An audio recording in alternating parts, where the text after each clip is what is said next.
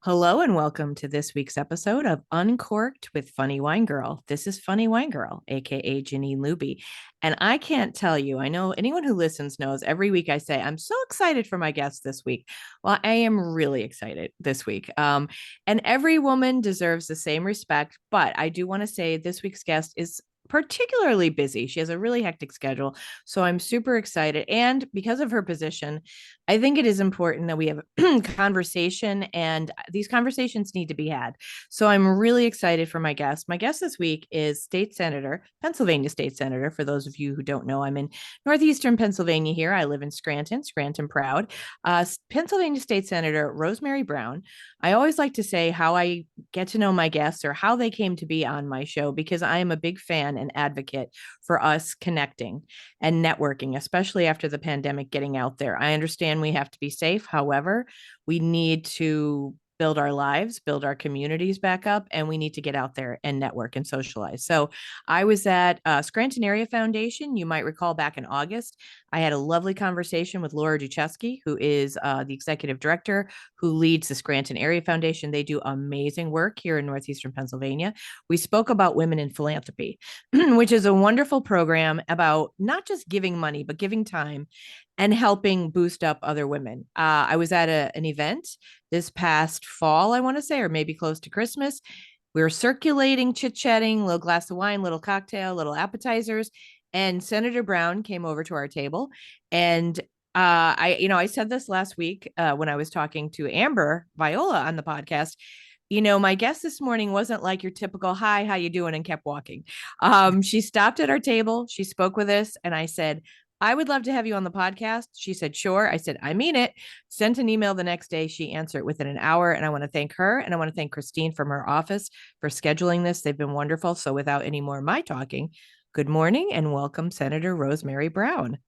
Good morning. Thank you for having me. What a wonderful introduction.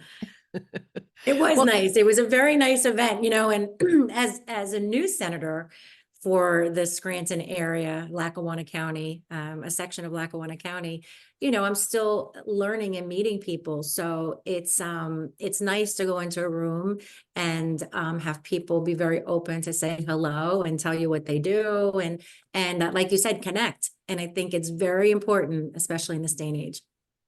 yeah, definitely. And I do have to say also, Amber and I spoke about this too. We're like, she's cool. Like you've got the black leather jacket. We were looking very stylish. We both liked that.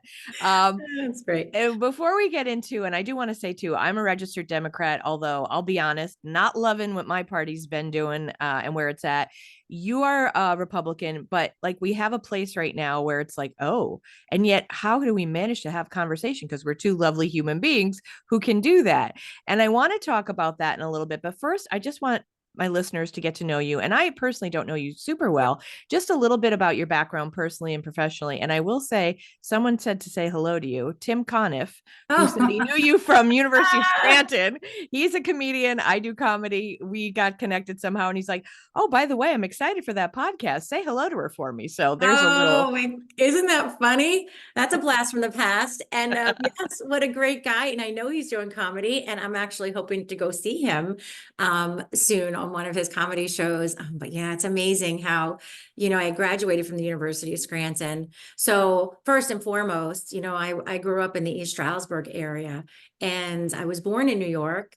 And my parents were born and raised in the Bronx, and we had 4 kids. They had 4 kids at the time, and my parents said, they wanted to get us out of the city, and you put us on the top of a mountain in East Stroudsburg.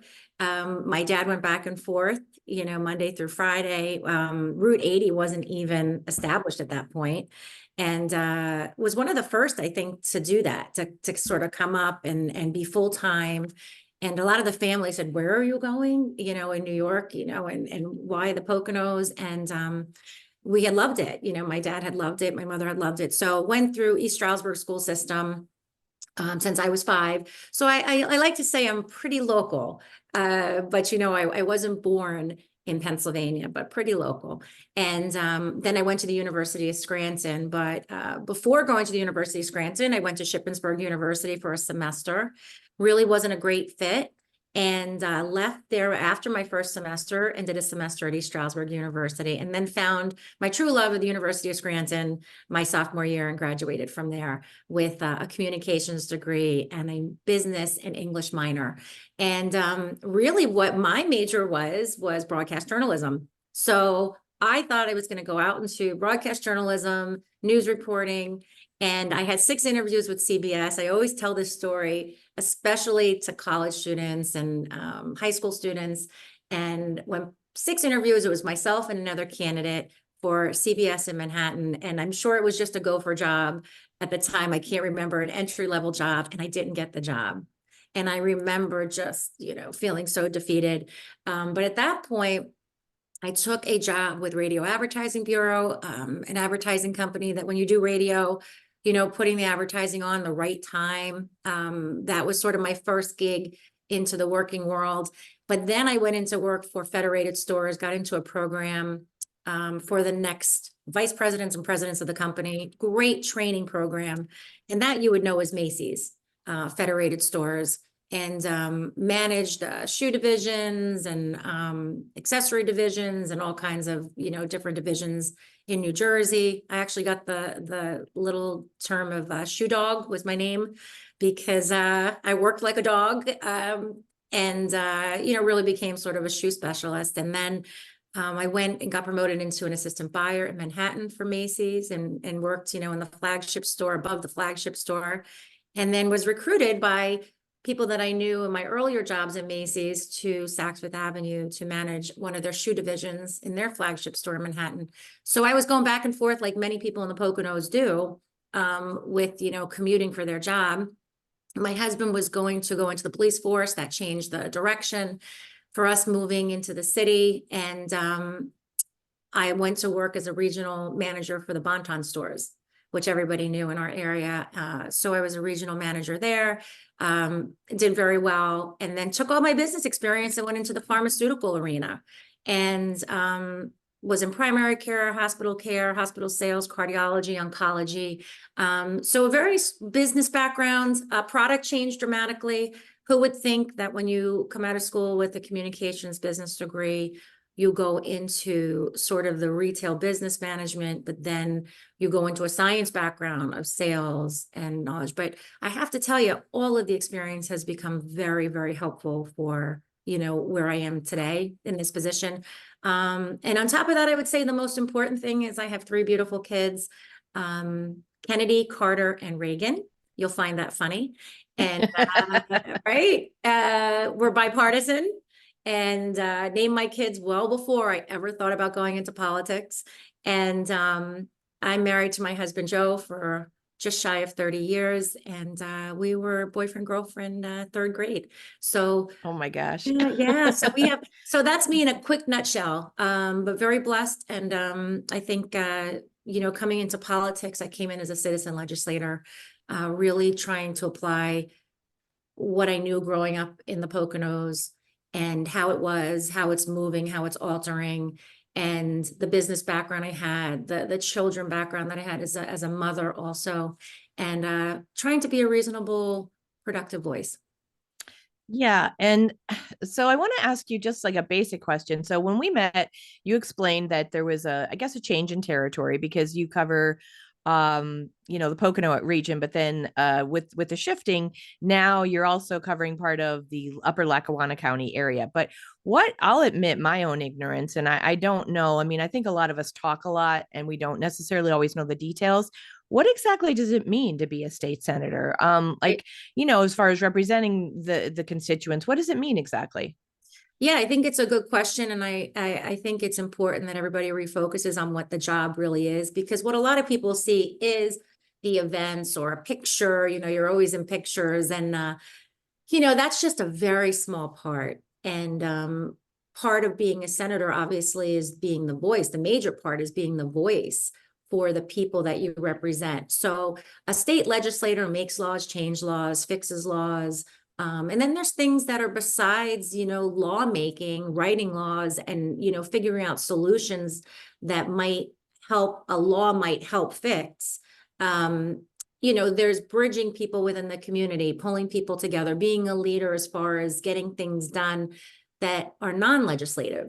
There's a lot of things that can be fixed without creating a law, and especially locally, where you could say, all right, listen, we have to, get somebody here who's going to bring everybody together, as you were saying in the beginning of your podcast, and so that's part of it. But the important piece to know is a senator is different from a state representative. They both make laws, change laws, fix laws.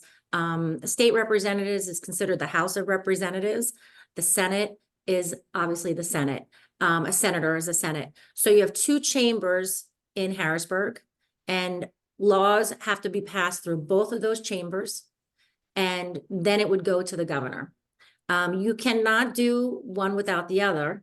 That's your good old third and fourth grade checks and balances.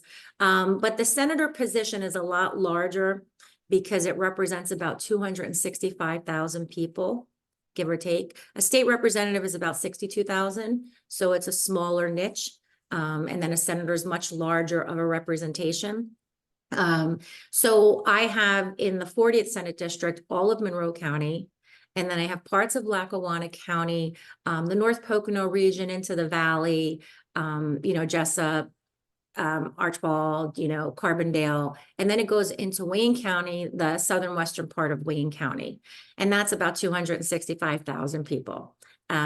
So you have to live in the district, obvious reasons, which I think is great, so that you understand and you can be out and about. As we met, it's important that I believe that if you're not seeing your legislators at different events, it's an accessibility piece of it. It's an accessibility that somebody can come up to you and say, Senator or Rosemary, by the way, do you know that this is a problem?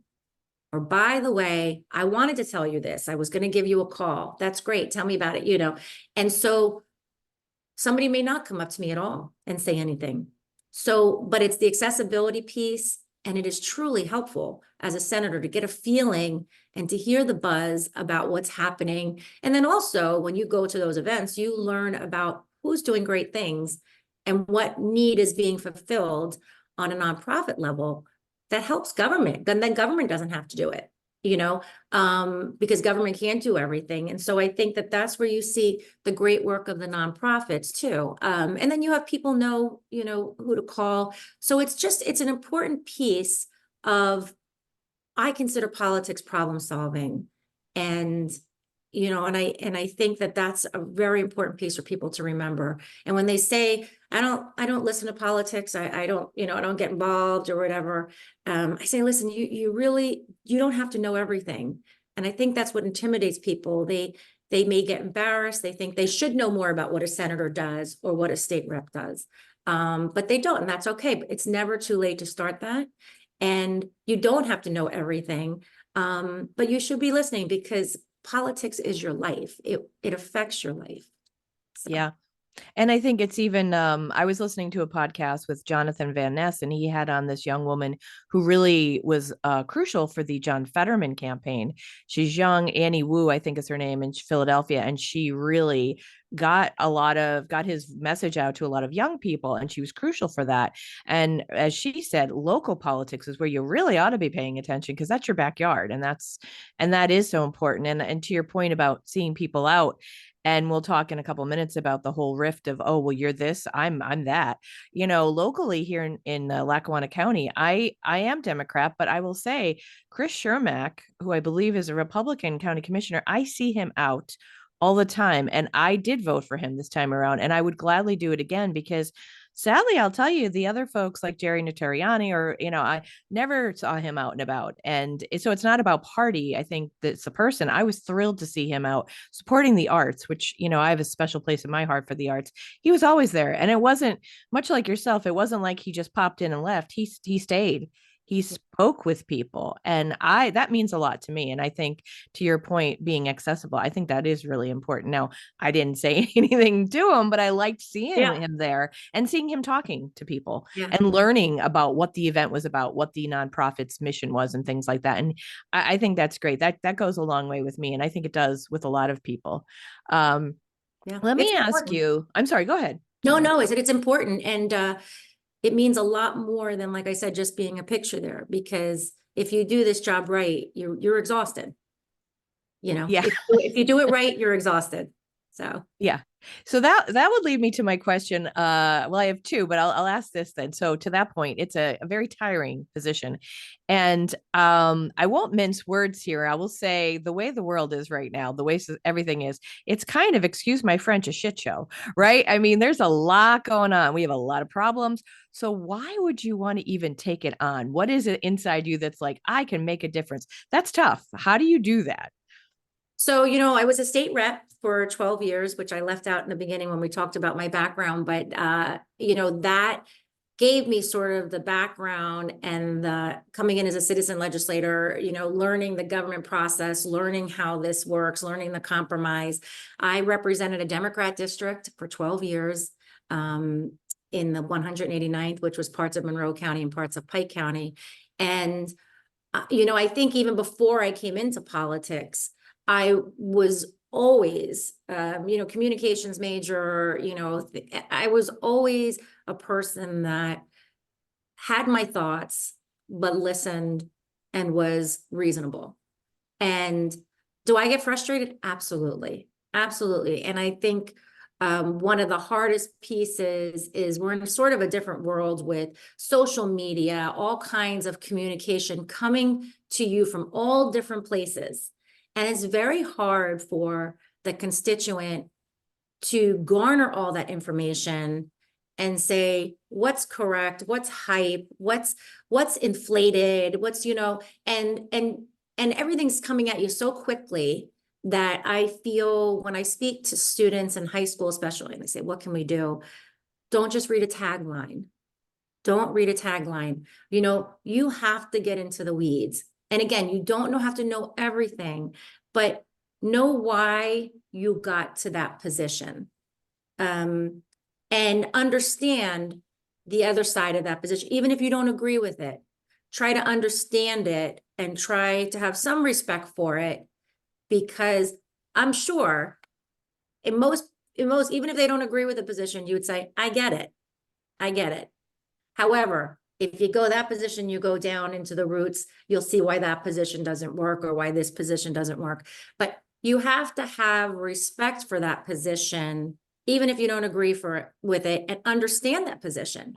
And that's where I think the problem lies to me is it's the very quick, and quick even to jump in and quick even to speak, and in a way, in a manner that is not really that professional sometimes. And so for me to want to go back into it as the Senate position was not planned.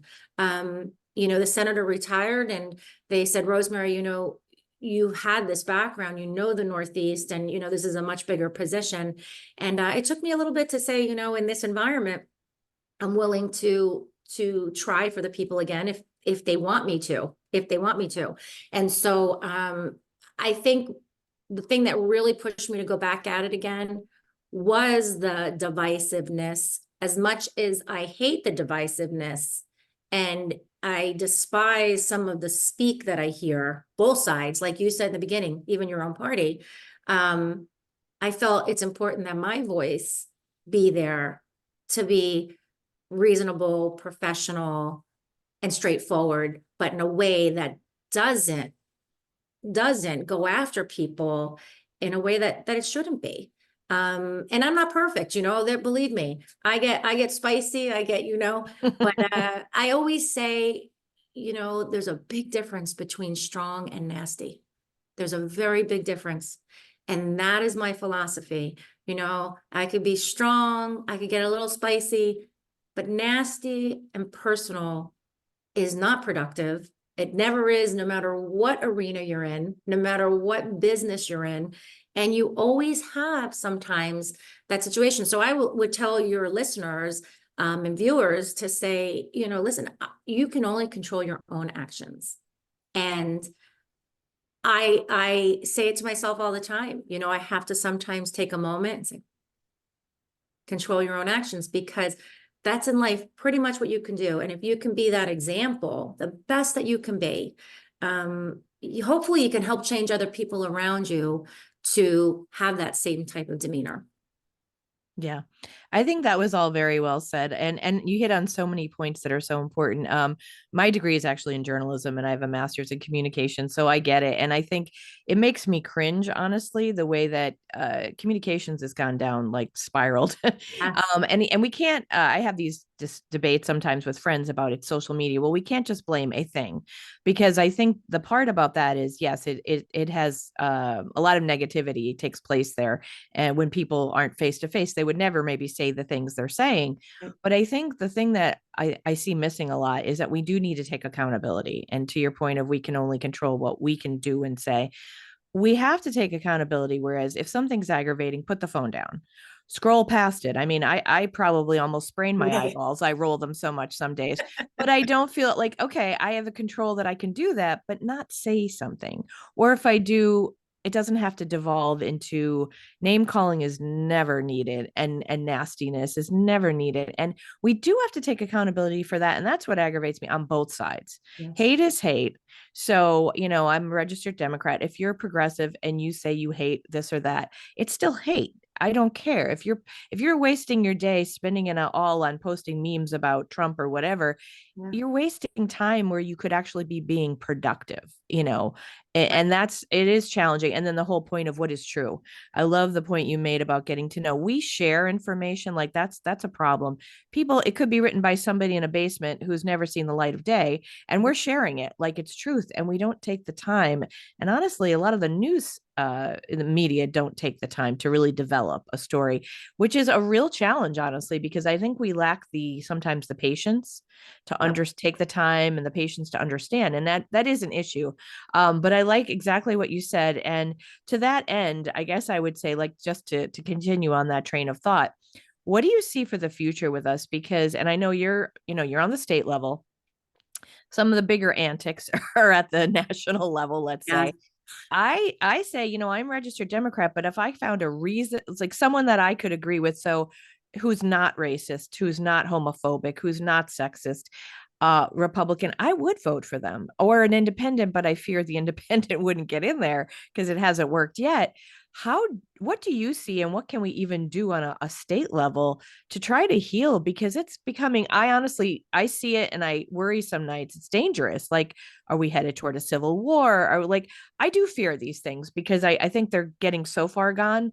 I don't know what the answer is. And I'm not asking you for the answer, but just some input on that. Well, good. I'm glad you're not the answer because, and listen, I wish I could solve it in 100%. Those are the things that you really wish you could like flick a switch and you could make. But I do think, as we continue and talking about that information overload and that quickness of how the minds are being trained, and this is my own personal, feeling, is that ability to cope, the ability, the patience to cope, the patience to read, the patience to have that self-discipline, or, it's being lost. So that can't be lost. I think that we need to start looking at it even on an educational level. And I don't know what the answer is with that in our development of our children's brains with the technology that we are now experiencing this world now, even with AI. And, who knows where I think, the Fortune 500 companies have their business plans 20 years out. I always say this, even with, creating jobs for our kids. We need to look at those plans. We need to see what's in them, because in there will be technology, and in there will be, where we'll be in 20 years. Who would know that we would have all of this, the iPhones and everything back in the 70s and 80s, But I think that we need to go there because we need to then establish our education system for job creation and for the skill set that we need. But also, I believe now that we need to worry about protecting the mind, on development and handling that social media, the technology. It's very stressful. I believe it's playing a role in mental health. I think it's overwhelming. And I do believe it's playing a role in the way we communicate and the empathy that we have for each other, the, the ability, like you said, to say something in person that's not positive, but that's not in a hatred form.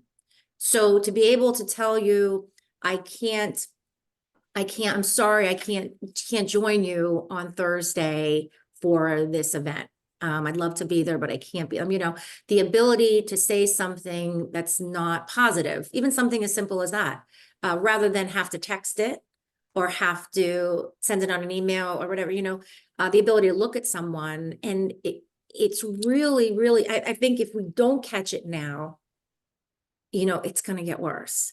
And I know that that's not all of it, but I really firmly, personally believe that we are sort of training society through the social medias and the technology we have to not be where we want people to be on a loving, personal, interactive, empathetic, kind person. I think you could fix so much with kindness and respect. That's it.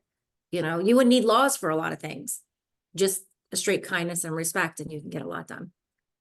Yeah, and you touched upon a lot there. It's interesting. You said who would have thought, in the 70s to Right? look ahead.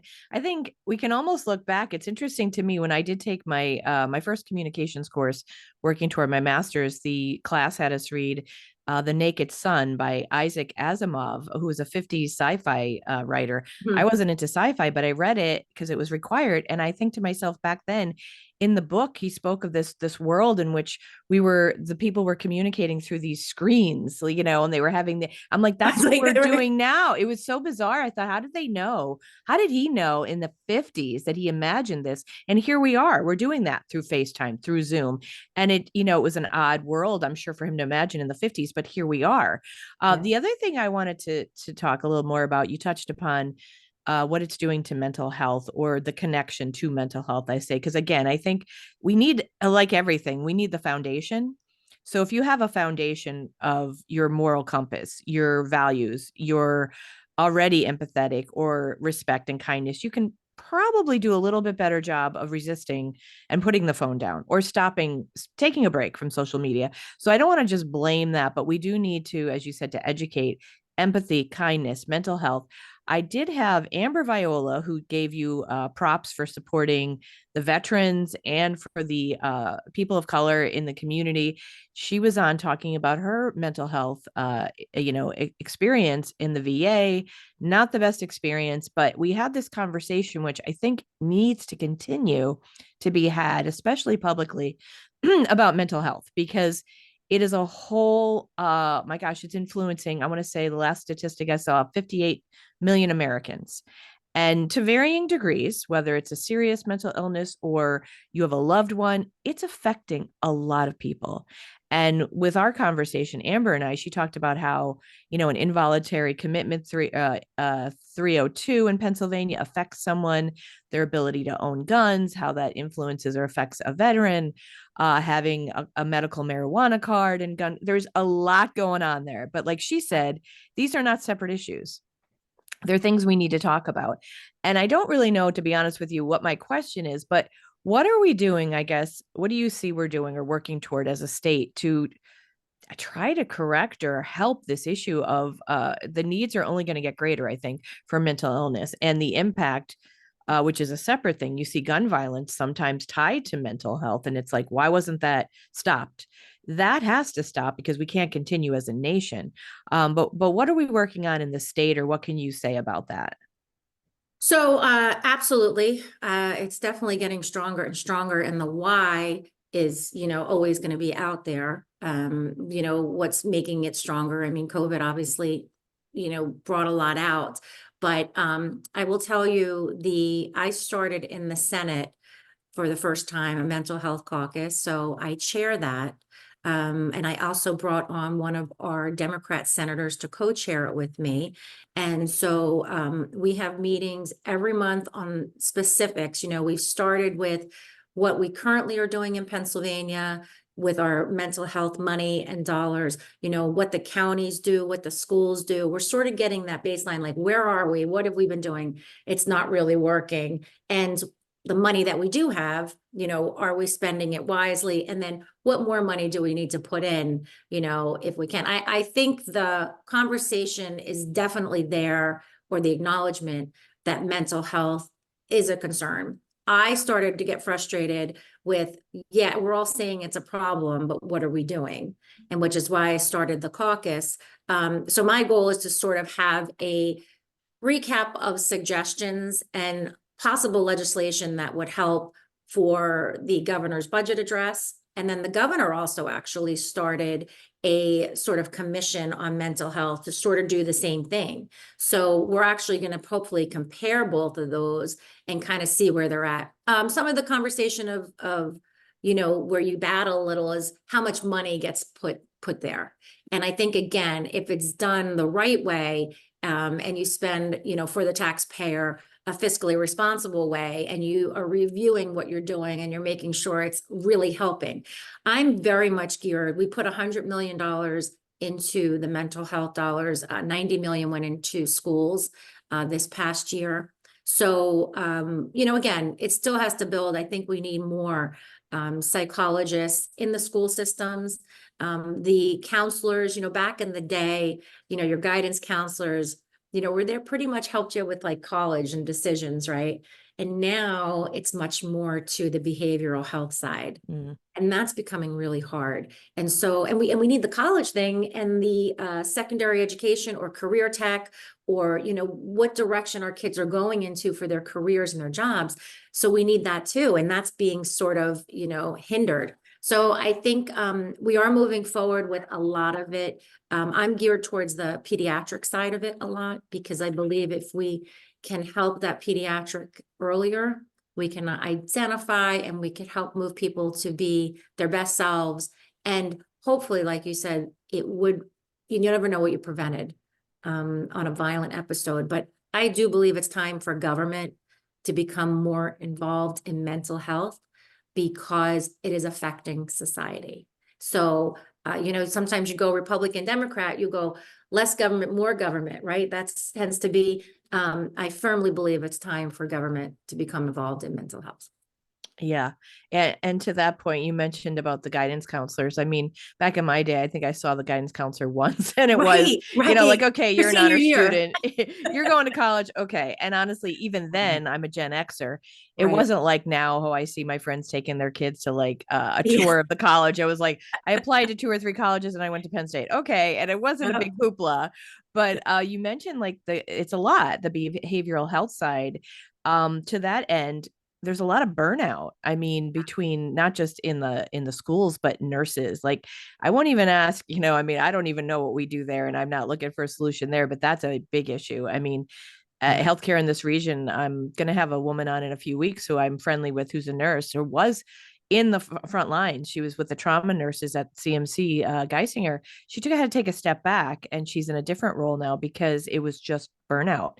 And I don't know what the answer is, but we do have it gets my hat's off to you, honestly, is what I'm saying, because there's a lot to fix, and there's a lot that I guess can't be fixed all at once. But healthcare itself as a bigger issue is quite the beast, so to speak. It is. And what we do, considering COVID again had a play in that, so many people who are healthcare workers don't want to do it anymore. And it's just, you know, they've run out. And then we go back to that. And then where's the empathy? It's just, it's tough. It's really tough time right now. It is. And, you know, you have that shortage from the psychologists. So that's another thing. If you put more psychologists and you're trying to, you're not really having the workforce to fill the spots. And so the same thing with the nurses. Oftentimes in nursing schools, what I'm hearing is, you know, there are people that want to go into nursing, thank goodness, but we in our education system, there's not enough to them like facilities to fulfill their clinicals. So, you know, they may be able to, school could accept 300 people, but they can only take 60 because they don't have enough of the clinical piece to fulfill the nursing degree. So there's some of that is causing a problem. And so I'm kind of looking at the roots there of what we can do so that we can, if there is interest, we can get them through the education system and get them working as quick as possible. So there's a couple deeper issues, on top of the surface of, the burnout, the COVID, salaries, things like that, nurse ratios, So I think, it is definitely difficult. It seems that in every arena, there is the same sort of story. There's a shortage, there's a dollar amount associated with it, and then there's the training, and then there's, what's the outcome to it. But I think whatever you do is where you can look at the subject and say, what's going to really help? There's a big difference in sometimes I feel in press releases. That makes a good press release, right? And from the communications ring, oh, that's a great press release. And I see it all the time. And I sometimes see the proposals, but is that really going to help? Probably not. What's going to really help that, you can get through a step by step. So my brain tends to work that way, but that's not always the easiest. And sometimes you can't get all of it done. That's the frustrating piece of government. Sometimes you can get one piece done or two pieces done, and then you can move forward, because that's the art of compromise. Yeah. And I can only imagine that has to be because it's a system that's been there, and you're a piece of it, but you can only control what you can control. Yeah. So yeah, that would definitely not be for me, because that would be my breakdown would be complete then. Absolutely. Well, what I always like to remind people, I know, but I like to remind people, that government, the process is meant to be difficult. And, and it drives you crazy when you want to fix something, because, but that is back again to the checks and the balances.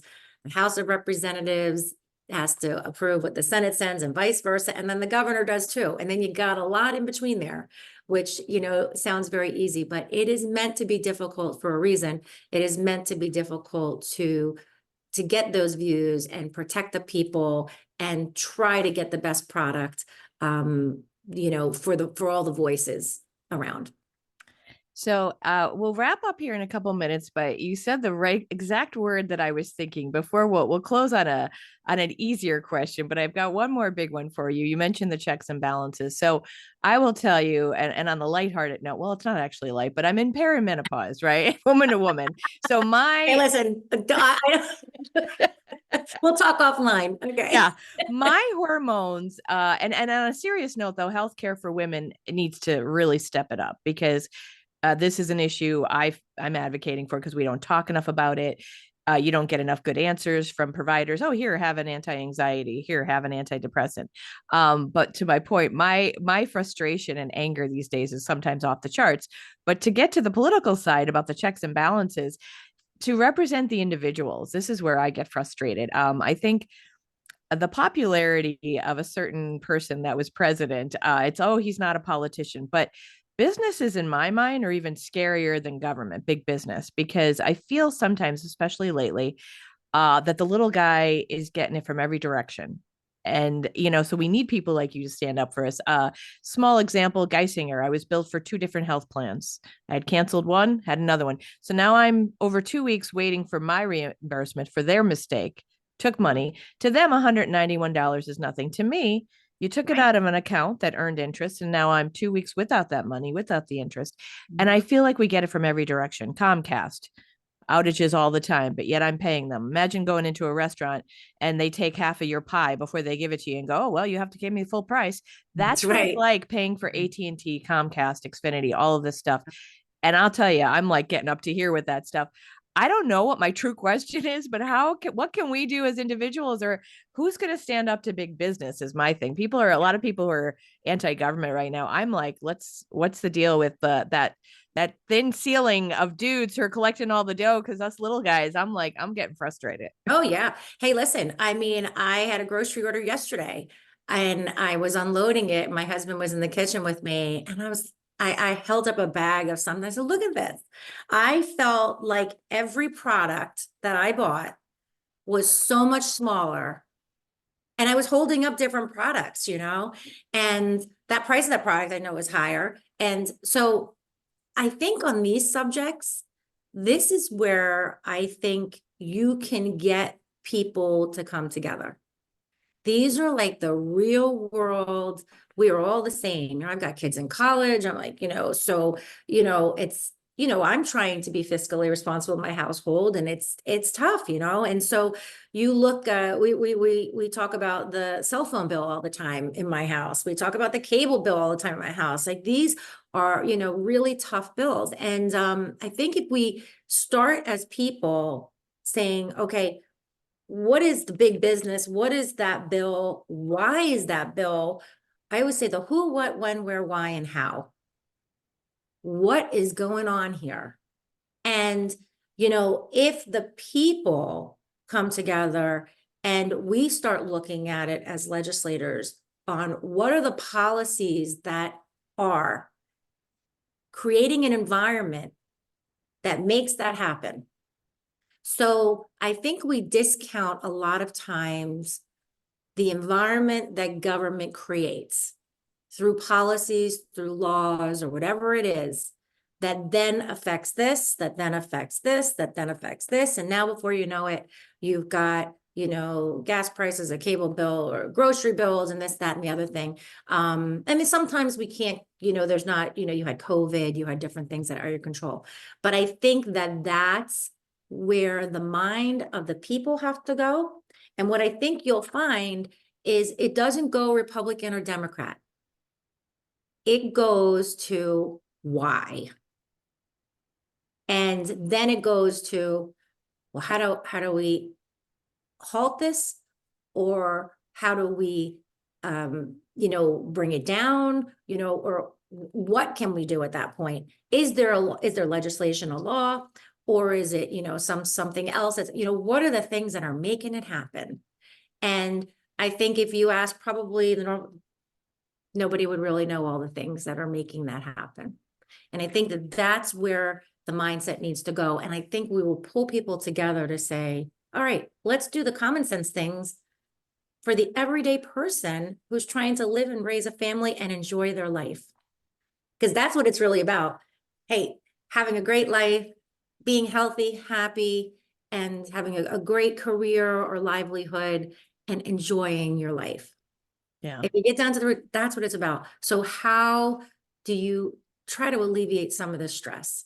Hey, we have to pay bills, businesses do need to make money. That's why they're in business. But, you have to look at like what's right is right, what's wrong is wrong. And I think if we start to go that route, it's a way that we can bring people together, because I think everybody has that frustration that you have, including myself. So. Yeah. And I think some people are. In fact, I think it's next week. There's actually a meeting in Scranton about Pennsylvania water, Yes. because they've been having quite a few issues with people's water being out and the prices going up. And, I mean, I think there is no easy solution. So I'm not putting that on you, but I think something actually does need to be done for the bigger companies, because you're like screaming into a void. Like Geisinger's growing in this region, and I always fear when something becomes too big, it's usually becoming giants can often be monsters. And when it comes to business, they're not usually gentle There's giants. no competition. There's no competition, and there's no, yeah, and that stuff is tricky. But I want to respect your time, and as we wrap up, I did want to ask you, what has it been like? Because I'm sure just listening to you talk, obviously being a politician is challenging. Being, in the law is challenging. But how did you find the experience extra challenging? I shouldn't say this though, because you don't know what it's like to be a man, but to be a woman in this arena, did you ever feel that it was an extra challenge, or that was something that was brought up or in the way, or however we want to say it? Yeah. I think that when I first ran for office, I was running against an incumbent. And again, coming out as a mother, my children were 3, 6, and 9 at the time, business background, not having the politics in my background. I got a lot of, and it was actually the phrase, good luck, honey. Good luck, honey. Sort of a blow off, where actually many of those people were very kind a year into my office or 2 years into as a state rep, saying, we apologize. We really didn't know what you stood for, what you your background enough. We just and I think the look of a 40-year-old woman was not what was always perceived as being a state legislator. And so I did feel that a little bit when I was running. I have to say, when I got into the position and I started working, I think there are things where the men get together, and they have their social gatherings, and work does get done in those social environments. And so, that is a piece of it. But women also do get together too.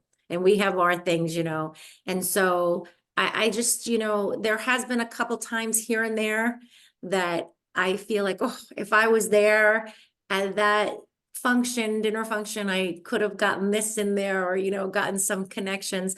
But relationship building to me happens at all times. So it's not just at, dinners or this or that, but it's getting to know people in a different level and having respect for people no matter what. And like you said, there's no hatred. There should never be hatred towards anybody, whatever party they are. And I do feel that personality plays a very, almost sometimes stronger role than politics in these positions. And if your personality and your way of dealing with people, whether you're a male or female, is not productive and it's not respectful, and it's just the hatred for a party, I don't think you should be anywhere near politics, because it really, that kind of person is the one that continues to do the divisive. And like I said, you can see that a mile away from different, personalities. But I do feel there was a couple things here and there, but hopefully over this time period, Jenny, that I have, earned some respect to, the way that I function, and the way that I try to function and do my best. So. Well, thank you. And thank you for sharing that. Yeah, because I love that. I appreciate hearing that they were like, okay, we see what you did. Now we're sorry that, maybe they misjudged Yeah. or minimized, but once you were in there showing what you could do, it's like, okay, all right, we see you now. Yeah, that's good. And the ability to say thank you. Yes. And the ability not to hold it and say, forgotten, let's move on. Yeah. I think that's where I get stuck sometimes. I Yeah. hold on. It's hard. It's It hard. is. I remember the expression, I forget who shared it with me, but like when we hold on to like vendettas or whatever, it's like drinking poison, hoping the other person will die. Yes. And it's like a horrible thing, because it's like you're Terrible. feeling so toxic. The other person's probably like, who? Janine, who? And here it's like, and it really does do us damage to do that, to feel that way. Yeah. Yeah, it's really not good. It's not good for your spirit. It's not good for your heart. And I actually say in my head, I'll give you this little tidbit, that if something really gets to you, I usually say, my little voice goes, next, next. And I actually picture it sort of like kicking out of my head, next, because like you said, it only affects you, and you can only control the way you function and the way you act. So let somebody else be the one who's going to be the negative force. Yeah, exactly. Yeah. Honestly, like I said, with my perimenopause, it's becoming more of a struggle, but I'm working on it. At least I'm self-aware. I'll give myself. I think I'm a couple years ahead of you. I'm a couple years ahead of you on that. But yeah, no, it's not easy. To all the women out there, it is not easy. And I say women have every stage of their life. We have obstacles that, the male population doesn't have, and that's the hormone based. But it's also the joy of being able to have children, actually birth children, and to be able to have different things. So, you fight the battle though. Well, I don't have children, so I don't know that joy. So I'll just be angry. Thank you very much. I'm kidding. You're not I'm angry. kidding. You're not angry. I have not seen angry from you. You're not. Yeah, well, that's good. No, I try to anymore. I will literally, when I get in the car, I've gotten to talking to myself out loud, because I don't want it to go too far. Like if I'm in the car literally 5 minutes and someone's like, cutting me off or tailing me, and I'm like, oh, excuse me, you're in a hurry. And then I say, Janine, I literally say to myself, you're not going down that rabbit hole. Kind of like a next. It's like, let's Yep. move along here, Betty. Next. Just like, don't let your mind go there. Don't let it go. No, But you no, have to take care, women have to take care of themselves. And that's a whole nother, I'm sure you've done, podcasts on that too, but you do, you have to take care of yourself, and there's no perfect. And I think that that's something that we always feel we have to explain, we have to be perfect. We can't make a mistake, and we've got a lot on our plate. So I think, that's a good thing, because it's a type A, and you want to do a good job, and you want to, be your best, but it could be tough on women for the stress level. yeah. No, you're absolutely right, because there is no perfection, and we have to forgive ourselves, honestly, because it's hard otherwise. Otherwise you're just tiring yourself out. I know it's yeah. And Live with the self-care. grateful spirit, right? Live with the grateful spirit is sort of where I go. And I always say, enjoy the stressful journey. Try to enjoy the stressful journey, because that's life. Yeah. Yeah. Well, I want to thank you so much for your time. I really do appreciate it. Are there any other, that's lovely words to leave us with, but is there any other message, like something that you kind of thought we'd talk about and we didn't, or anything that you'd like to say in closing? No, I think, the most important thing that people realize, or should realize, is that, again, there is no perfection from any public official, whether it's, local, state, national. And please always, call, let me know if there's something, let me know if there's something I should be aware of, or if there's some sort of positive suggestion too. But just remember, I think that your elected officials, no matter what party they are, have jumped in to try to help. And, they're normal people. And most of the time have very similar struggles that you have. And so I think, if we remember that too, that helps the conversation stay in a good spot. Yeah. We're all human, honestly. Right. That's That's right. it. Yeah. Well, thank you again so much for your time. I genuinely appreciate it. I love this. It was a great, rich conversation. And as I always say, I could talk forever. So I know. Then there are some women I get on here, Well, we're like, okay, we could be here all day, but I and know if I you want. had some wine, we probably would talk even more. Real quickly, favorite wine? Actually, I'm really hooked on my Blue Ridge, which is our local winery. I'm like the Italian heavy red wine, like Cabernet. They have something called the Godfather.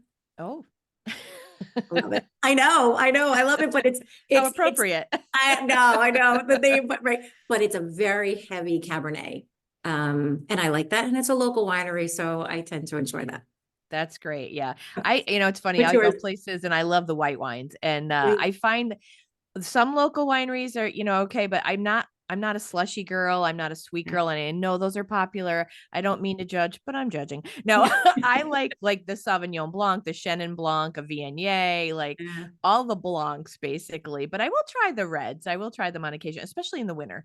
I feel like it's a coat, Yeah. you're putting on. You want to Well, be a it is, little it's bit warm. heavy. Yeah. Yeah, it's heavy. And I read something one time that Martha Stewart only serves white wine in her house because if anybody ever spills anything. So I sort of think that too.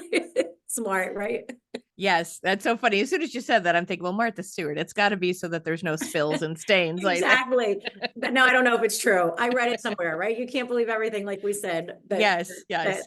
but I thought it was cute. Check your sources. That's the Like, thing you're that we right. got to do. Yeah, Exactly. yeah. But thank you for having me on. I really appreciate it. It's been lovely getting to know you, and hopefully I'll catch up with you soon too. Absolutely. Hopefully, I'll see you out and about at a Women in Philanthropy or one of the other wonderful events. We do have a lot of great things happening here in Northeastern Pennsylvania, and I'm always saying that. Scranton proud. I've always been. So, and we could even talk about the train. There's so much to Oh, talk that's about. We'll have right. to. We'll go back again. We'll come Well, back you'll again. have, let me ask you, would you come back again so we could chat? Absolutely. Okay. Absolutely. Excellent. Because that's something I didn't even discuss. And we're very excited about that kind of opportunity. I'm hopeful after a long time of hoping for that. That would be great to have a train that goes through, Absolutely. from Scranton through the Poconos to New York, but we'll talk about that another time. Yep. So again, thank you. And to my listeners, Thank you. we've got some great additional guests coming up. Megan is coming up from Joy World. She'll be talking about wealth management and women. As I mentioned, the nurse before, Jennifer Graham, that I'm friendly with, she has been in the nursing industry for many, many years. And she cares greatly about healthcare, but she's also burnt out like many. And we'll be talking about that, some of her ideas coming from someone who's been on the front lines, what it's like for her. And Lisa Van Arsdale, a fun, wacky friend of mine who's going to be doing a one-woman show on cults.